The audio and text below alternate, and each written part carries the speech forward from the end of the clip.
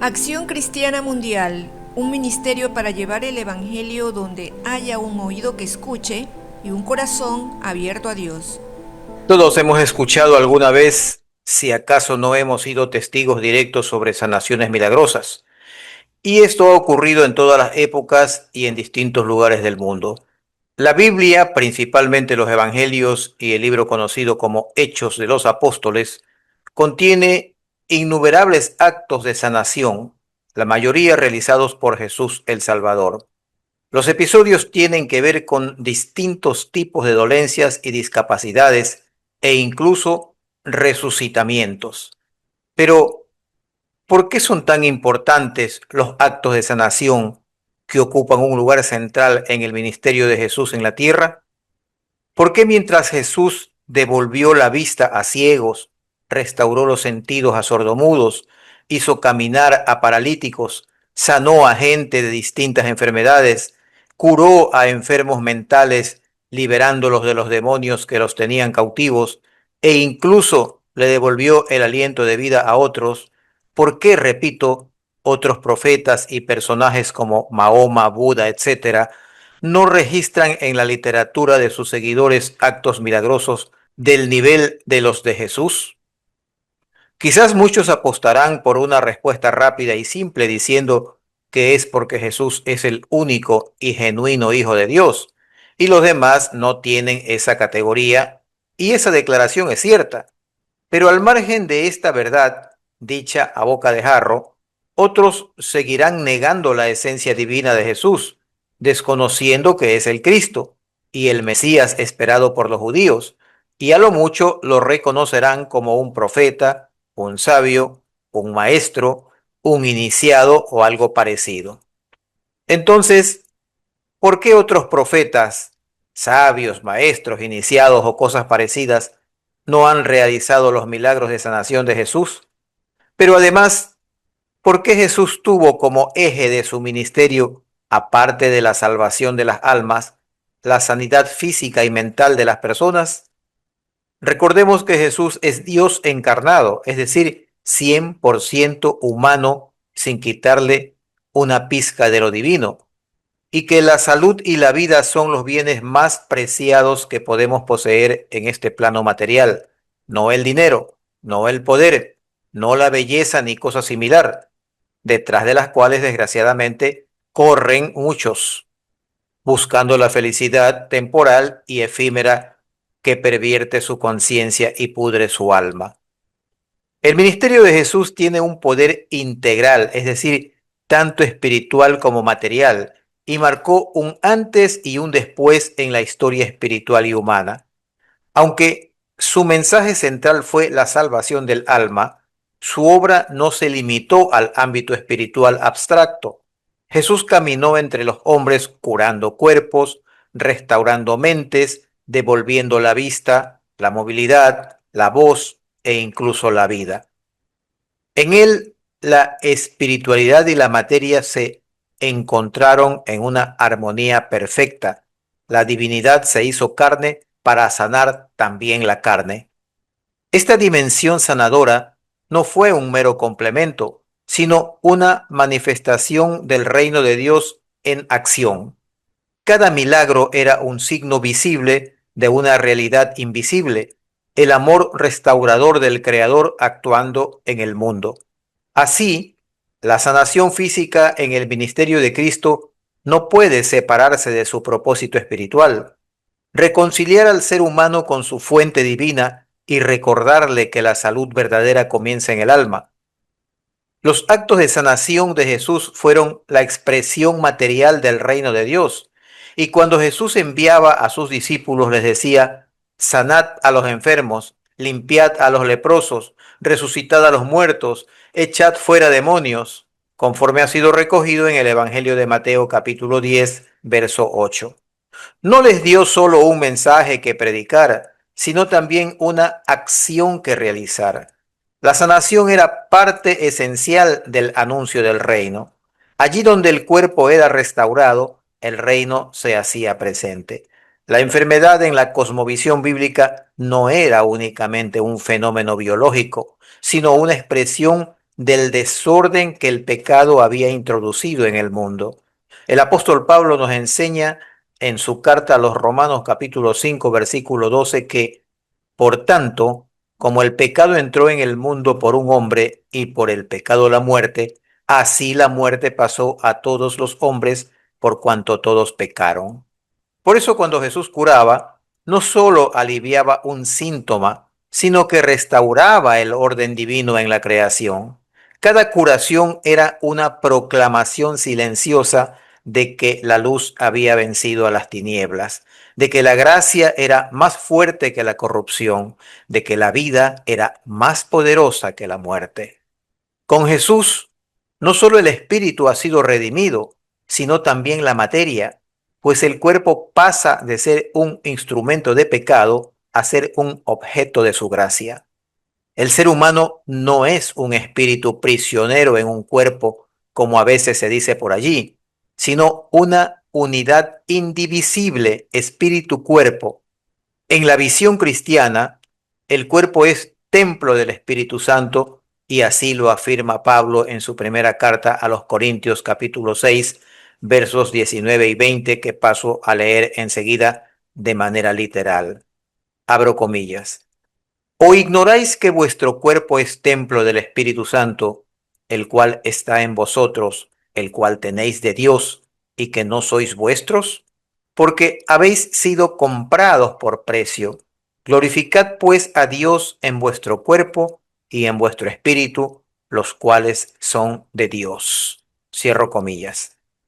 La sanación física, por tanto, no es un favor accesorio, sino una reafirmación del valor de nuestro cuerpo dentro del plan divino. Cuando Jesús tocaba a un leproso, no solo rompía una norma ritual, sino que además derribaba la muralla entre lo puro y lo impuro, entre lo digno y lo excluido, entre lo perfecto y lo imperfecto. Su toque transmitía aceptación y restauraba la dignidad. En cada contacto físico había un silencioso mensaje espiritual que proclamaba: tú eres valioso para Dios. De esta manera, la materia, el cuerpo humano, el barro de la creación, se convertía nuevamente en vehículo de la gloria divina. Jesús no negó la realidad del sufrimiento físico, pero lo transformó en un punto de encuentro con lo eterno. Su poder sanador reveló que lo material también puede ser santificado. Pero hay algo que es necesario decir por lo medular de su significado, y es que la fe es el vehículo esencial para esa transformación física interior que produce la sanación.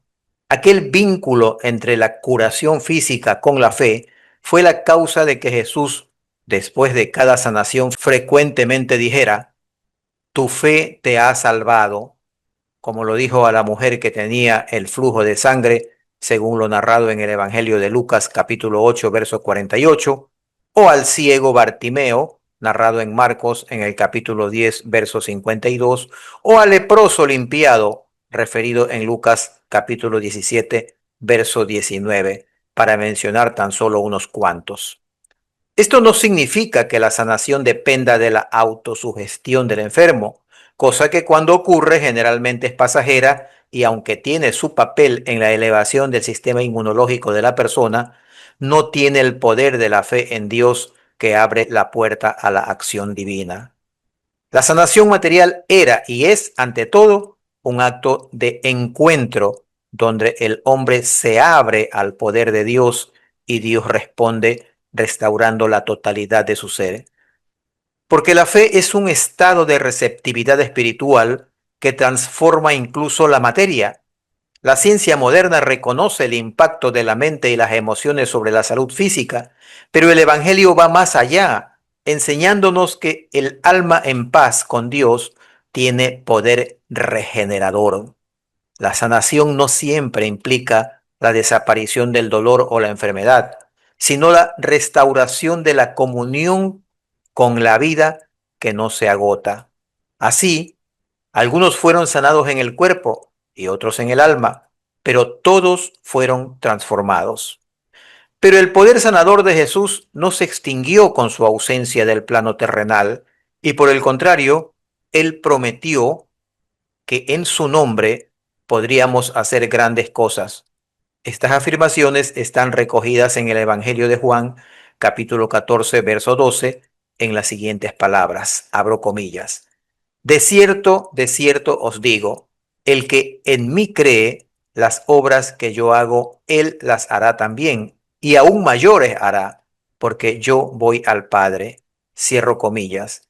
Y aquí es donde la fe se dinamiza en la oración, pues a continuación los versículos 13 y 14 prometen, y todo lo que pidiereis al Padre en mi nombre, lo haré, para que el Padre sea glorificado en el Hijo.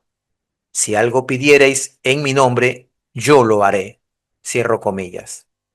Pero hay más aún, pues en el Evangelio de Marcos se revelan cosas grandiosas.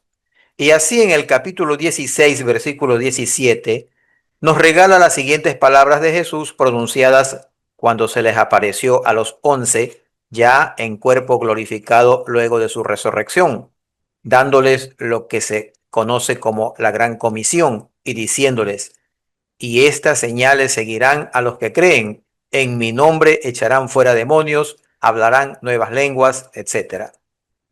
La iglesia primitiva comprendió esta promesa como una misión continua, ser canal de restauración, consuelo y esperanza en medio del sufrimiento humano. Hoy, la sanación espiritual y material sigue siendo un testimonio vivo del amor divino. Los milagros no son una reliquia del pasado, sino una manifestación de que Dios sigue obrando. Sin embargo, la sanación auténtica no siempre ocurre como esperamos. A veces el milagro es la recuperación del cuerpo, otras veces es la paz interior en medio de la enfermedad. En ambos casos, el propósito es el mismo, conducirnos al reconocimiento de que solo en Dios se halla la plenitud de la vida. Finalmente, entendamos que la sanación es el camino hacia la plenitud y la sanación material desde una perspectiva espiritual es en esencia la reconciliación del ser humano con su origen divino. Es el retorno a la armonía perdida, pues en Jesús la enfermedad deja de ser un castigo para convertirse en una oportunidad de encuentro con el amor absoluto. Cuando comprendemos que la salud no es solo ausencia de dolor, sino presencia de sentido, empezamos a vivir de otra manera. El cuerpo, restaurado o no, se convierte en templo de adoración, la mente se libera del miedo y el espíritu vuelve a conectarse con la fuente eterna. Jesús sanó porque amó y su amor sigue sanando. Allí donde un corazón cree, perdona y se abre a la gracia, comienza el verdadero milagro, el de la restauración del ser. Oremos. Padre Celestial, Señor de la vida y de toda creación, permite que en estos tiempos de crisis ética y moral, que ahora, cuando reina el temor y acechan enfermedades, nuestro espíritu permanezca inquebrantable y nuestra fe se fortalezca. Mira con misericordia a quienes sufren enfermedades en su cuerpo y en su alma. Toca con tu mano cada herida, cada mente abatida, cada corazón angustiado. Que tu luz restaure lo que la aflicción ha quebrado y que en estos tiempos de dolor renazca la fe, la esperanza y el amor. Danos salud y danos paz. En el nombre de Cristo te lo pedimos. Amén. Si le ha gustado este mensaje, compártalo con amigos y familiares para que este ministerio se expanda y suscríbase a nuestro canal para no perderse futuros mensajes.